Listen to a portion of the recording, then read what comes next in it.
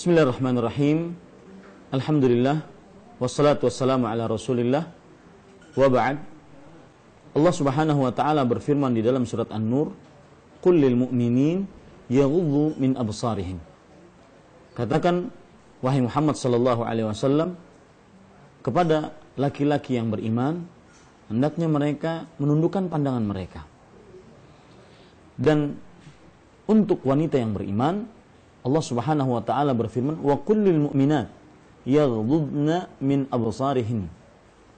Dan katakanlah, wahai Muhammad sallallahu alaihi wasallam, untuk wanita-wanita beriman, hendaknya mereka menundukkan pandangan-pandangan mereka. Dan ini perintah dari Allah subhanahu wa ta'ala. Tentunya perintah tersebut apabila dikerjakan akan mendatangkan kebaikan. Dan jika ditinggalkan akan mendatangkan keburukan. Selalu seperti itu. Perintah jika dikerjakan maka mendatangkan kebaikan. Perintah jika ditinggalkan pasti mendatangkan keburukan dunia akhirat. Sekarang saya ingin pada pertemuan ini menyebutkan perkataan yang luar biasa tentang bahaya membiasakan pandangan kepada hal-hal yang mungkar. Hal-hal yang diharamkan oleh mata untuk memandangnya oleh Allah Subhanahu wa taala. Seperti yang saya sudah tegaskan tadi, bahwasanya setiap perintah jika dikerjakan pasti mendatangkan kebaikan dunia akhirat. Dan setiap perintah jika ditinggalkan pasti mendatangkan keburukan dunia akhirat. Begitu sebaliknya, keburukan atau larangan jika dikerjakan pasti mendatangkan keburukan dunia akhirat.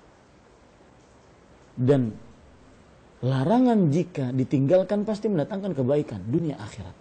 Kebalikan dari tadi. Saya tidak ingin berlama-lama. Coba perhatikan perkataan Ibnun Nahas rahimahullahu ta'ala di dalam kitab Tanbihul Ghafilin an A'malil Jahilin. Beliau mengatakan, qad taqumu kathratu ru'yatil munkarat maqam irtikabiha fi salbil qalbi nurat tamyiz wal inkar. Bahaya, subhanallah. Perhatikan baik-baik. Terkadang banyaknya melihat hal-hal yang mungkar bisa menjadikan seperti mengerjakan hal mungkar tersebut. Dalam artian, di dalam mengambil dari hati cahaya untuk membedakan mana yang mungkar, mana yang tidak mungkar. Maksud perkataan Ibnu Nahas ini adalah bahayanya kalau mata dibiasakan melihat hal-hal yang mungkar, maka dia akan sulit, hati akan sulit membedakan mana yang mungkar, mana yang tidak mungkar, karena sudah terbiasa. Diambil dari hati,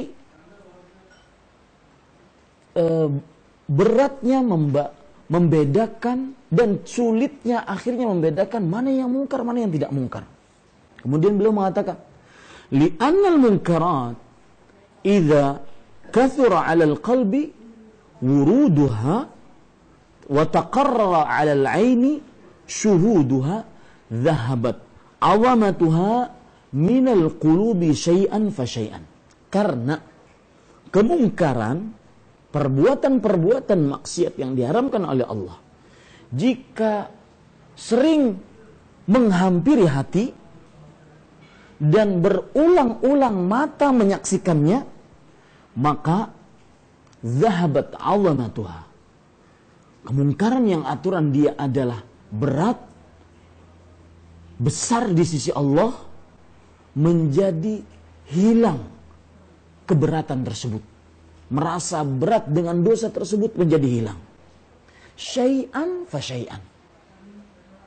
sedikit demi sedikit terasa hilang berat dalam melihat yang mungkar tersebut, menjadi biasa. Ila an yarahal insanu fala yakhtur bibalihi annaha munkarat. Sampai kepada seorang manusia merasakan di dalam hatinya atau tidak terasa di dalam hatinya bahwasanya hal itu adalah hal yang mungkar. Wala yumayyizu bi fikri annaha ma'asi. Dan akhirnya dia tidak bisa membedakan mana yang itu adalah maksiat, mana yang bukan. Lima ahdatha tikraruha min ta'lifil qalbi la. Karena sering berulang-ulangnya hal tersebut, akhirnya hati menjadi biasa. Ini bahayanya orang yang apabila membiasakan sesuatu yang mungkar. Membiasakan sesuatu yang mungkar, melihatnya menjadi ringan di dalam hati. Tidak ada merasa berat lagi dosa di dalam hati.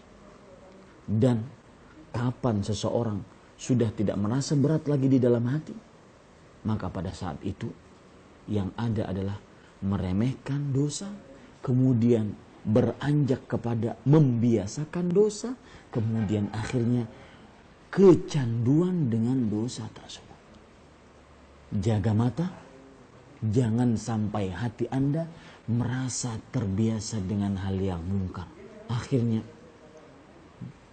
beratnya dosa diangkat dari hati tersebut, sehingga menjadi kecanduan saat melakukan maksiat. Wallahu alam, sallallahu nabiyana Muhammad, walhamdulillahi rabbil alamin, wassalamualaikum warahmatullahi wabarakatuh.